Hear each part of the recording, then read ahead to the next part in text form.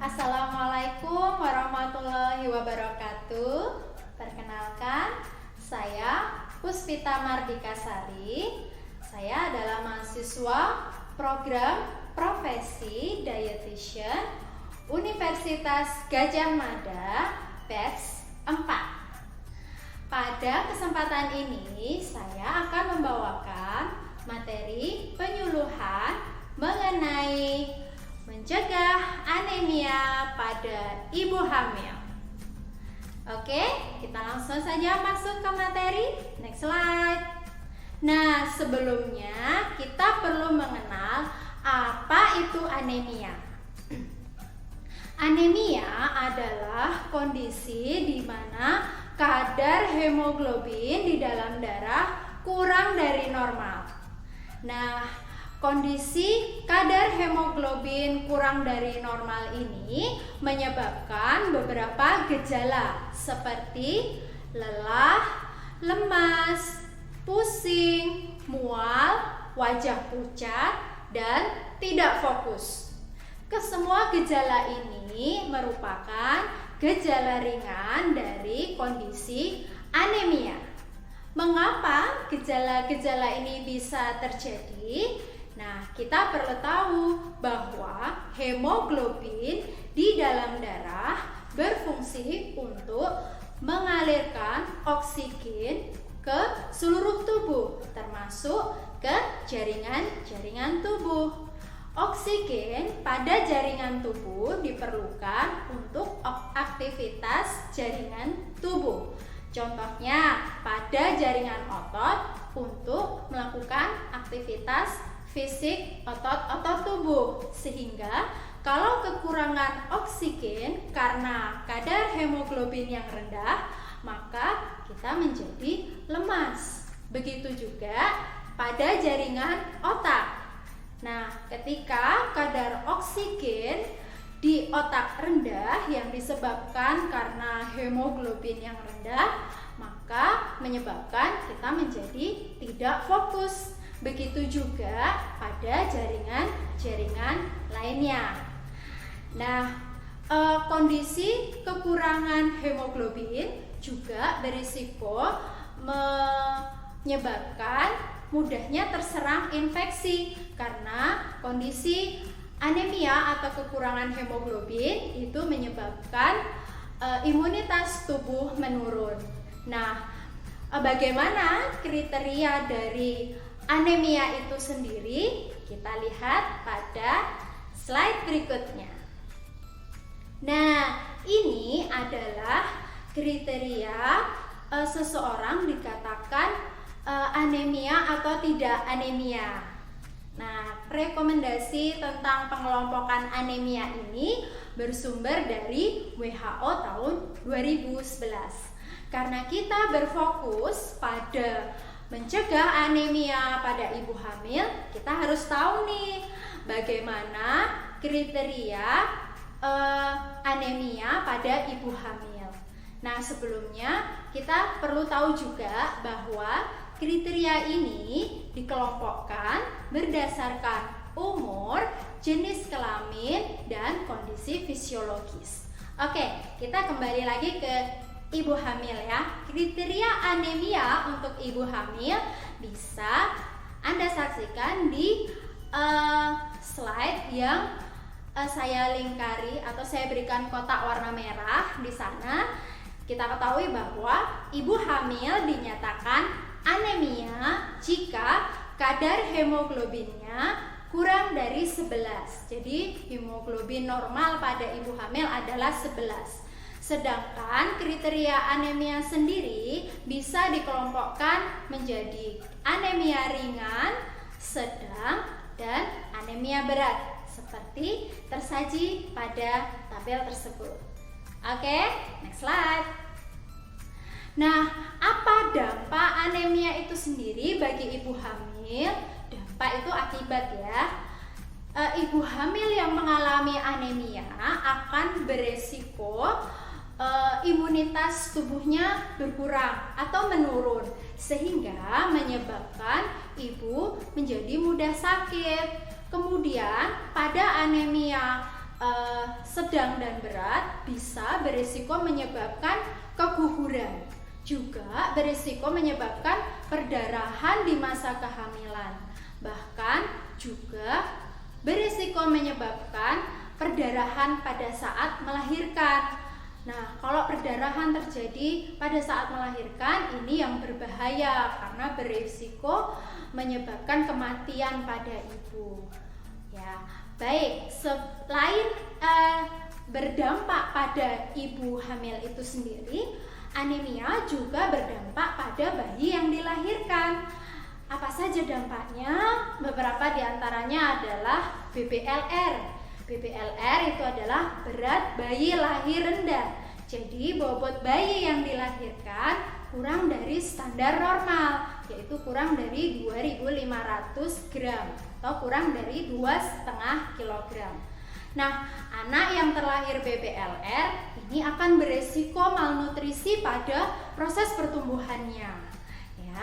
Nah, selain beresiko BBLR, anak yang terlahir dari ibu anemia akan beresiko juga mengalami anemia. Bahkan ini akan berlanjut hingga usia remaja. Bayangkan, kalau bayi yang dilahirkan adalah perempuan, ya, maka sampai remaja dia akan beresiko menderita anemia. Nah, anemia pada masa remaja jika dibiarkan saja, nanti ketika dia hamil pada kondisi anemia juga akan melahirkan keturunan yang beresiko anemia. Ya, ini seperti siklus lingkaran setan ya. Artinya ini akan berulang-ulang terus, sehingga kita perlu berupaya bagaimana supaya hal tersebut tidak terjadi. Oke? Kita lanjutkan pembahasannya. Nah, sebenarnya apa saja sih penyebab anemia? Ada banyak faktor yang menyebabkan terjadinya anemia. Yang pertama adalah defisiensi zat besi. Defisiensi itu artinya kekurangan, jadi asupannya kurang, sehingga zat besi di dalam tubuh jadi berkurang juga. Akibatnya apa kalau zat besinya berkurang? Zat besi adalah salah satu komponen yang membentuk hemoglobin. Kalau zat besinya rendah, maka hemoglobin di dalam darah juga rendah sedikit, sehingga terjadilah anemia. Selain defisiensi zat besi, penyebab anemia yang lain itu adalah ada defisiensi mikronutrien seperti vitamin B12 dan asam folat. Nah, kedua mikronutrien ini berperan di dalam proses penyerapan zat besi dan pembentukan hemoglobin. Faktor lain yang juga berpotensi menyebabkan anemia adalah penyakit infeksi. Contohnya penyakit TBC. Kemudian yang paling banyak kasusnya pada ibu hamil anemia itu adalah karena infeksi akibat malaria. Faktor yang lain adalah faktor bawaan secara genetis. Dan faktor yang terakhir adalah adanya perdarahan. Perdarahan itu menyebabkan banyaknya darah yang dikeluarkan sehingga hemoglobinnya menjadi rendah, ya. Oke, kita lanjutkan pembahasan selanjutnya yang semakin menarik. Nah, kenapa kita perlu mewaspadai anemia pada kehamilan, ya? Dampak yang cukup besar terjadinya anemia pada ibu hamil itu perlu menjadi hal penting yang kita garis bawahi, ya. Jangan sampai hal itu terjadi atau berlanjut. Berdasarkan hasil penelitian terbaru dari riset kesehatan dasar yang disingkat Riskesdas tahun 2018, diketahui bahwa 48,9% dari ibu hamil itu menderita anemia. Wow, jumlah yang cukup besar ya, hampir separuhnya. Maka kita perlu upaya ekstra untuk menekan persentase ini, ya. Kemudian dari data surveillance gizi di Puskesmas Melati 2, yaitu puskesmas tempat di mana saya melakukan praktek program gizi masyarakat ini. Pada tahun 2020 diketahui angka anemia pada ibu hamil mencapai 9,64%. Walau angkanya kecil, tapi ini masih di bawah standar yang ditetapkan oleh pemerintah, yaitu targetnya adalah 8%. Ini sudah lebih dari 8%, sehingga kita perlu mewaspadai dan mengantisipasi bagaimana supaya persentase ini bisa diturunkan. Nah, berdasarkan hasil penelitian bahwa ternyata anemia di negara berkembang ini 40%-nya ini disebabkan karena defisiensi zat besi. Artinya apa? Asupannya memang kurang ya. Oke, next slide. Nah, bagaimana supaya defisiensi zat besi ini bisa dicegah? Tentu saja yang pertama harus dilakukan adalah mengkonsumsi makanan sumber zat besi untuk mencegah anemia. Makanan sumber zat besi atau Fe itu apa saja? Ada dari bahan nabati, ada juga dari bahan hewani. Dari bahan nabati contohnya apa? Sering kita dengar ya, ada bayam, kangkung, sawi, kacang-kacangan, yaitu semua adalah sumber zat besi yang bisa didapat dari bahan nabati. Nah, kalau dari hewani contohnya apa? Ada dari daging, unggas itu ayam, bebek, dan lain sebagainya. Dari ikan, telur, susu, keju, dari hati ayam, dan lain-lain. Itu adalah dari bahan nabati yang mengandung tinggi zat besi.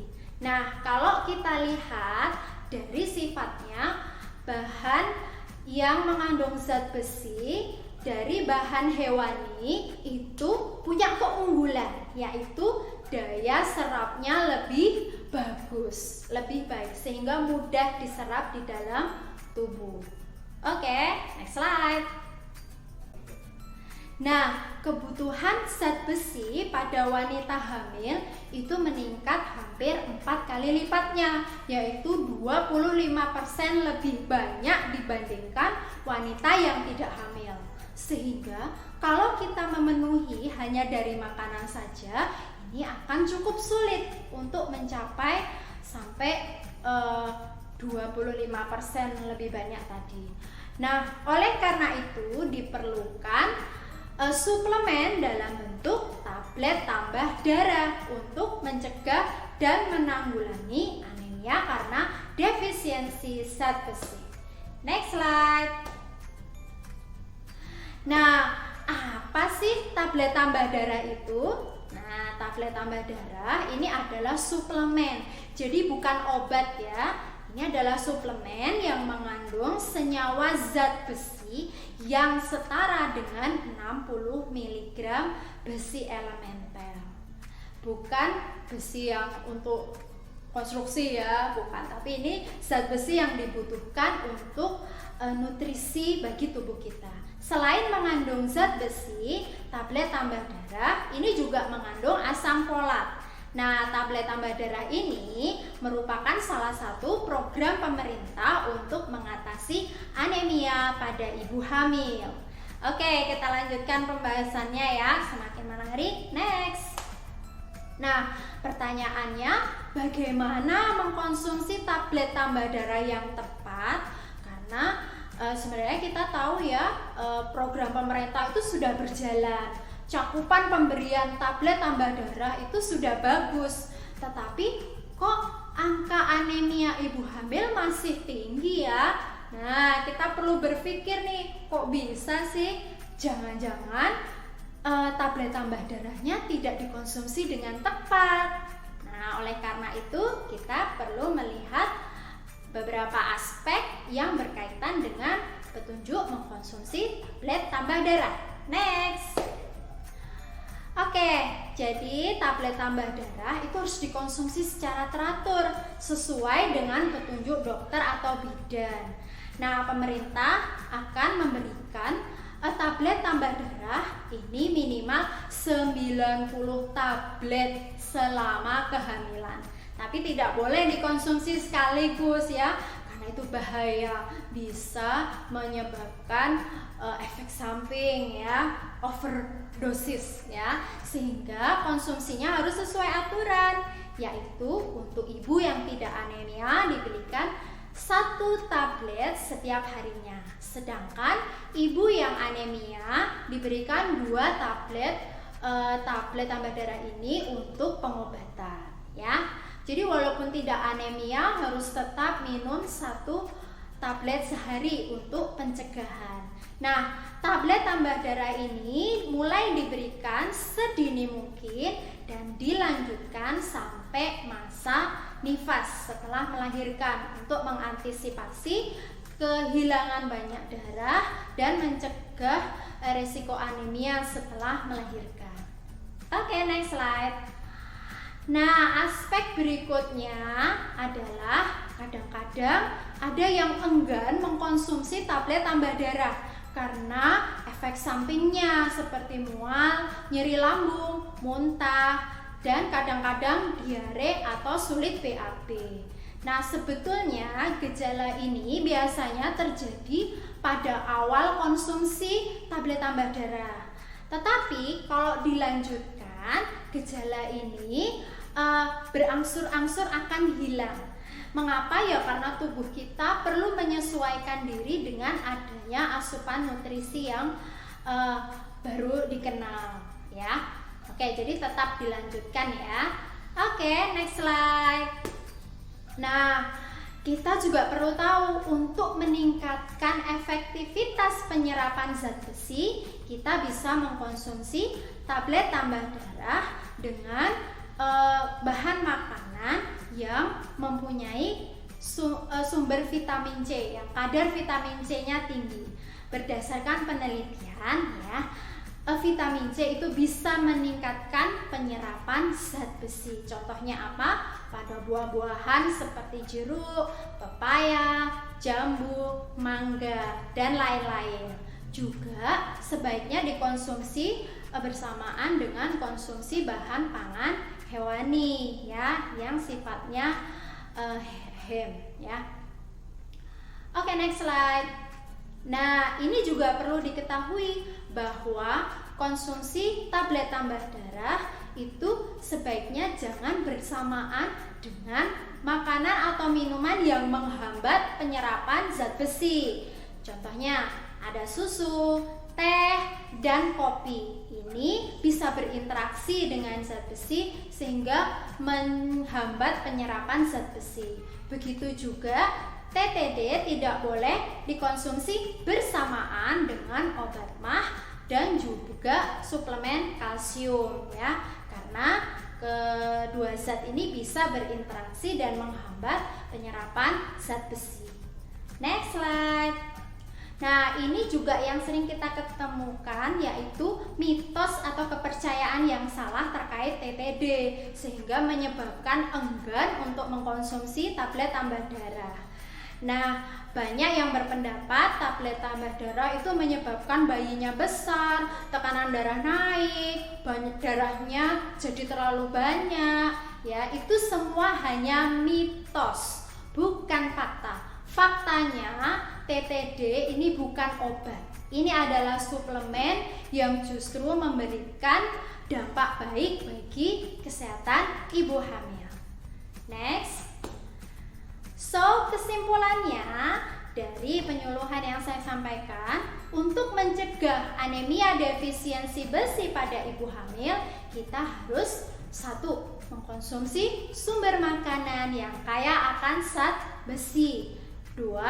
Mengkonsumsi tablet tambah darah secara teratur dan sesuai dengan anjuran seperti yang sudah saya sampaikan tadi.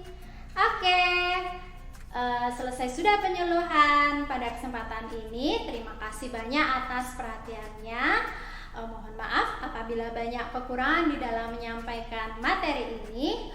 Oke, keep healthy, save our baby, and save our mother. Oke, wassalamualaikum warahmatullahi wabarakatuh. Bye bye.